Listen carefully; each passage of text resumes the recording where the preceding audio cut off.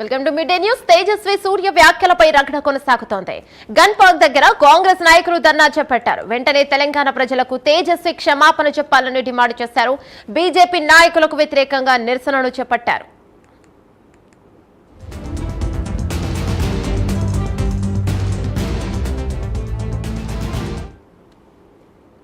వెంటనే తెలంగాణ ప్రజలకు తేజస్వి క్షమాపణ చెప్పాలని గన్ పార్క్ వద్ద కాంగ్రెస్ నేతలు ధర్నా చేపట్టారు. దీనిపై మరింత సమాచారం మా కరెస్పాండెంట్ అజీం అందిస్తారు. రైట్ అజీం, చెప్పండి.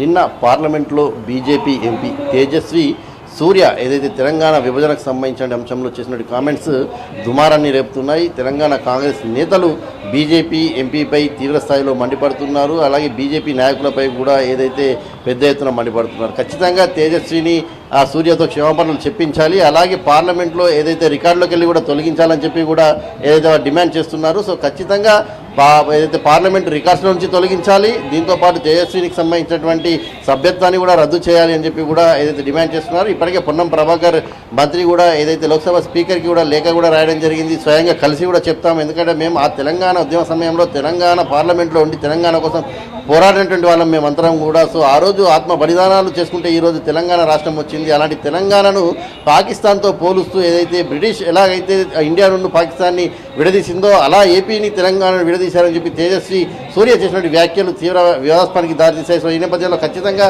దానికి సంబంధించిన అంశంపై ఏదైతే ఖండించాలని చెప్పి కూడా చెప్తున్నారు. సో ఇప్పుడున్నటువంటి బీజేపీ ఎంపీలు 8 మందికి తెలంగాణ ప్రజలు అవకాశం ఇచ్చారు. సో ఆ 8 మంది ఎంపీలు మౌనంగా ఉండడం ఏంటి? అందులో ఇద్దరు కేంద్ర మంత్రులు కూడా ఉన్నారు. సో వారి పట్ల తెలంగాణ పట్ల వారికి ఉన్నటువంటి చిత్తశుద్ధి కూడా అర్థమవుతుందని చెప్పి కూడా వారు చెప్పడం కూడా జరిగింది. సో ఓవరాల్గా ఖచ్చితంగా ఈరోజు నిన్న గాంధీ భవన్లో అలాగే గన్ పార్క్లో కూడా ఏదైతే పెద్ద ఎత్తున బీజేపీకి వ్యతిరేకంగా బీజేపీ ఎంపీ తేజస్వి సూర్యకి వ్యతిరేకంగా ఏదైతే పెద్ద ఎత్తున ఏదైతే ధర్నాలు చేస్తున్నారు, సో డిమాండ్ చేస్తున్నారు. సో కాంగ్రెస్ తెలంగాణకు సంబంధించినటువంటి 8 మంది ఎంపీలు కావచ్చు, ఉన్నటువంటి 8 మంది ఎమ్మెల్యేలు కావచ్చు, తక్షణమే రాజీనామా చేయించాలి. ఒకవేళ తేజస్వి సూర్యతో వారు క్షమాపణ చెప్పించలేకపోతే, అతని సభ్యత్వాన్ని రద్దు చేయించలేకపోతే ఖచ్చితంగా ఏదైతే అందరూ తెలంగాణ ప్రజలకు క్షమాపణ చెప్పాలి, అందరూ కూడా రాజీనామా చేయాలని చెప్పి డిమాండ్ కూడా చేస్తున్నారు. ఒకవేళ తేజస్వి సూర్యతో క్షమాపణ చెప్పించకపోతే ఎంపీలను ఇక్కడ రాష్ట్రంలో తిరగనివ్వమని చెప్పి కూడా హెచ్చరికలు జారీ చేస్తున్నారు. అలాగే పెద్ద ఎత్తున కార్యాచరణ కూడా తీసుకుంటామని చెప్పి కూడా ఏదైతే ఒక హెచ్చరికలు బీజేపీకి సంబంధించిన పార్టీపై ఏదైతే చెప్తున్నారు. గతంలో మోడీ కూడా తెలంగాణ విభజనకు సంబంధించినటువంటి దానిపై కూడా ఏదైతే తల్లిని చంపి బిడ్డను బ్రతికించారనే అంశంపై కూడా ఏదైతే రాష్ట్ర విభజనకు సంబంధించిన అంశంపై ఏదైతే వ్యాఖ్యలు చేశారు. సో బీజేపీకి ఎప్పుడు కూడా తెలంగాణ పట్ల ఏదైతే వివక్ష చూపిస్తూనే ఉంది. ఇంకా సూర్య ఇంకా అలాగే అలాగే ఉండిపోయింది అని కూడా చెప్తున్నారు.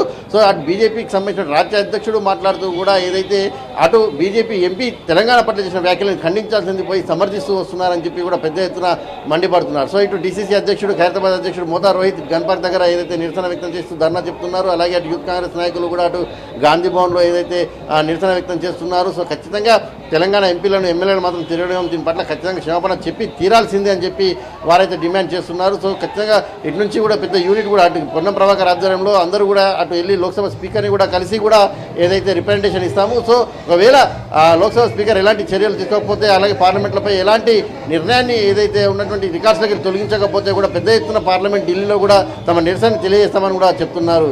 యమున. Thank you Azeem.